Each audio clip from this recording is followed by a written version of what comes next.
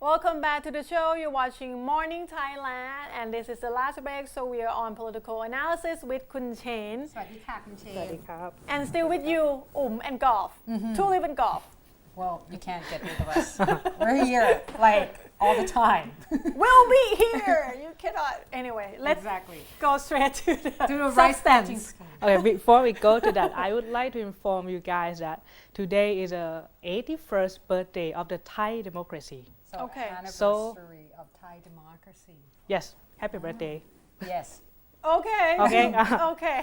For the rice splitting scheme that we have seen in the past week, Has it anything to do with democracy? yeah, maybe.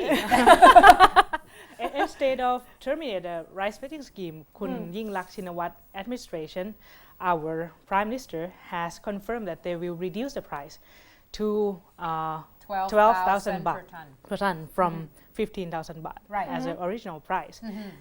But she ensured that this price cut is necessary because it will help this policy to be more sustainable in the long run, and it will help with the fiscal adjustment for the government itself. right Kun Yingluck explained in her show, Yingluck meets the people. right Nowadays we have so many kind of that show where prime minister or the opposition leader will go on TV and kind of explain themselves over policies. let's just say Okay. they have a talk show Yeah. Yes. of their own But I think it's a good thing that nice Yes, way of yes. getting information and it's a nice way to show your personality and your true self through TV Yes. or radio show. All right. But despite all the critiques, she pointed that this scheme actually helped the farmer okay because it will improve their quality of life okay in some way. Regardless of how much they're gonna get paid for rice per ton, it's a guarantee that they will be able to sell their rice anyway per se. Yes.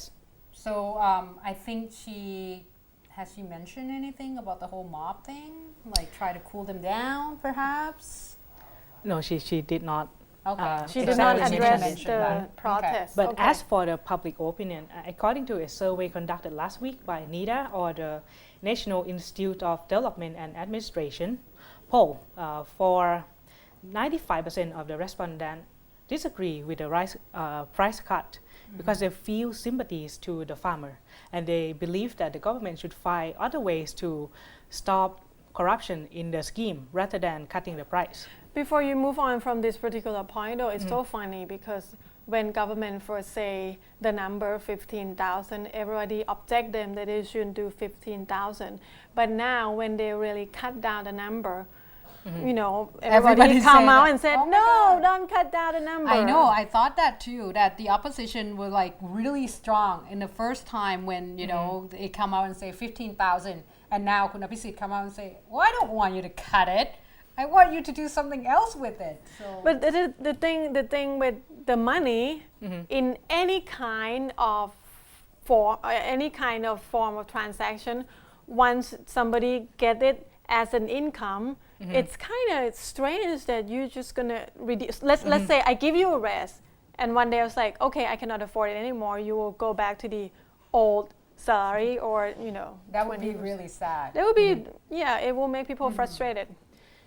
Yes, because in this case we see upset farmer because they already put more money in the production process, then they face the price cut.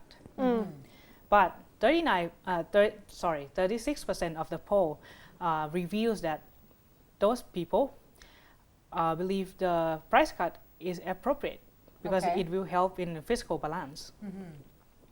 Okay, so they accept the number that's appropriate, but they were hoping that the government can come up with something else besides cutting the price. That, yes. Okay. I would like to compare this rice pledging scheme to Kun Abhisit's government egg policy. Okay. Egg policy. Yes, the That- weighing. They of even eggs. have the eggs committee. Yeah, that was quite Yeah. interesting, Cute. wasn't it? No, they had no, it's a serious business. Right. If you Yes. follow Kun Gopsak Twitter account, he will, give an update to his follower about his egg committee, how they are doing, So and what he has was been discussed. heading the egg Egg community. Actually, the egg price or other kind of food price are very good indicators of how we can see if the government really knows what they are doing. How do they know how to run it? But for this policy, at first, for the egg, the price was so low because the eggs were overstocked. Then the price adjusts itself. But at some time, it went too low. So Kun Apisit, along with other bureaucrats from the Ministry of Agriculture, came up with this policy to buy and sell egg by kilograms. Right. So we have to weigh the eggs Yes. instead of actually go by. But each egg. that measure was used in a lot of places, and also before they start doing the sizing of the eggs. Yeah, but I gotta admit, like that annoyed me a lot. Like, trust me, it's annoyed me because the thing is, you don't really measure things by weight. You know, normally I would like 200 grams of eggs, please. Like, Yeah, that will be those? weird when you go buy it, but when you cook in some recipe, they go by weight to get more precise outcome. Yeah, I'm but not with- talking about buying and Right. For this policy, is actually were ineffective in solving all the In problem. Thai system too. Yes. Yes. So it was terminated. In this country, we have 7 different sizes of eggs. 70? Seven. And Seven. and you're talking Seven. about only come out from the hen. Yes. Not like yes. ostrich. From Okay, no, all from, right. Can from you come out from number anything 0, else? which is the biggest, Right. to the 6th, which is the smallest. And it's 7? 7. Oh, Just okay. 7, not 70. Uh-huh. Right. Because if you can see this grading system, you will understand that the costs are at the production state, Right. where the producer have to grade it, and they have to pay for labor, animal food, and such. So if we compare this to the rice pledging scheme, I think about the Thai saying that you are not scratching at the itching point. Right. You don't. You have what's it called? You just fix at the wrong end. Yes. So go back to the eggs. I think it's kind of entertaining subject. This is political analysis. Okay. It's just an entertaining subject about the eggs. So for this current government to succeed in improving farmers' well-being, they might look at other kind of policy, such as to look up how many farmers out there, how many family member, and do research on that to find what they really need to make their quality of life better. This is the difference between eggs and rice, though. The eggs, if they go by weight, you don't have to care for the size at all, as long as the egg farmer able to produce as much as they can. Right. You know, then it go by weight. So it's different because the rice itself, besides the humidity, it's just the quantity of the rice. But another problem that I find in these two cases is that we can't really blame the politicians and the government because they come and go. But what really here to stay is the bureaucracy system. Right. The government worker, No, the government Yes. system, the Yes. government official. The system What is to a blame. policy. What are we?